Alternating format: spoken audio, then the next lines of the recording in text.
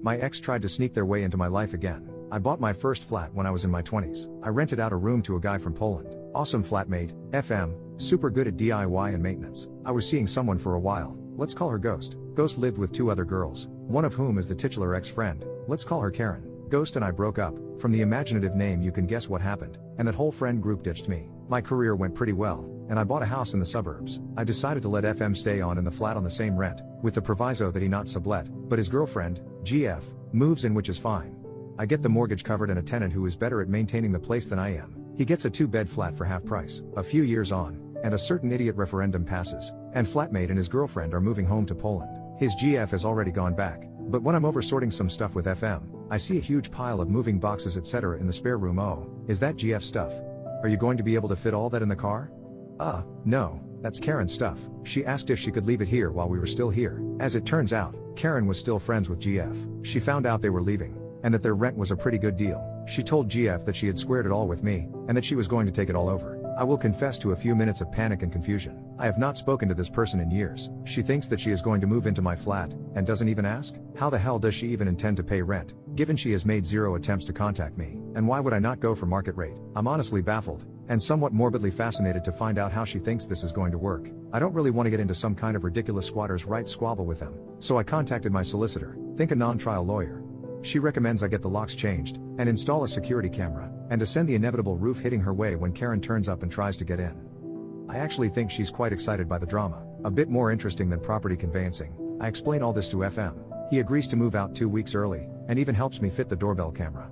He really was the best, so that's where we are. I pretty much have the Ring app open constantly on my phone. I have pretty clear instructions not to say anything other than give my solicitor's information, and record any all correspondence when it happens. I'm presuming she will hear from GF though. I'll post an update if anything interesting comes of it. Update: my ex tried to sneak their way into my life again. Today at lunchtime, Karen turned up and tried to get in the flat, and she was not alone. Ghost was with her, and they had a key. I feel stupid for not remembering that Ghost probably had one from when we were together, or they got a copy from GF. Didn't think she'd keep it after she ditched me, but probably should have changed locks back then. Oops, sorry tenants, my ex had a key to your flat the whole time. Camera didn't get the preamble, but they came up to the door and tried a key. It's not working. Some fumbling. He's changed the lock, some more descriptive language, presumably about me and my parentage that I can't wait to have a solicitor read back to them. They continue to take turns trying the key. I connect at this point but don't say anything. They try the doorbell but it doesn't make any noise because I'm connected. I think it's lit up but I guess they don't realize that means I'm watching. I thought Ring cameras had a siren to give them a fright but couldn't find it. They bang on the door and window a bit before walking off.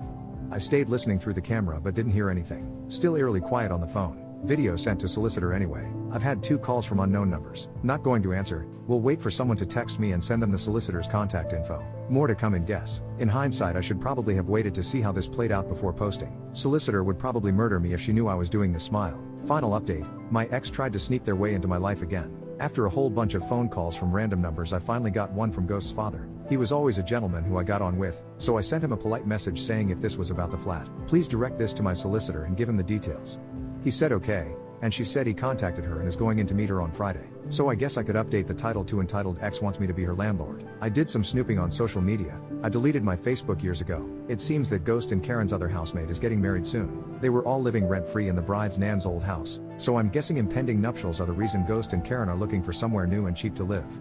Not really my problem though. Update 3, probably the final one, has taken a turn from the entitled to just plain dumb. With my apologies, there is not much drama and it is all secondhand. Karen, Ghost and Ghost Dad met with a solicitor today, where they unveiled their secret weapon. They had a copy of my lease with FM. I was right, in that their rent-free ride was over, and they had no money saved. Ghost had been used to me as a cash machine for years, I guess, so thought I would just roll over? Lol no, as the kids might say. So these brainiacs' plan was that they would take over the existing lease agreement with FM and GF without my involvement. They had a key. They had my payment details from the tenancy agreement. GF just cost FM and her a wedding gift. Skeptical. Luckily the account's sole purpose was for rent, so I can change that number easily. They thought they could just write their names on the form as well and it would be legally binding. Never mind the fact that there is no subletting. The agreement was with someone else, and the agreement was terminated by FM. Solicitor says they only tried to argue their point for a minute before giving up. Meeting at her office gave her real home field psychological advantage I think. That and, every freaking law in the land. She was laughing on the phone about it. Honestly, these people are nearly 40. How they have no idea how a lease works is beyond me. Although I don't think they believed it, I think it's just because they got caught and are trying to spin long stupid story short.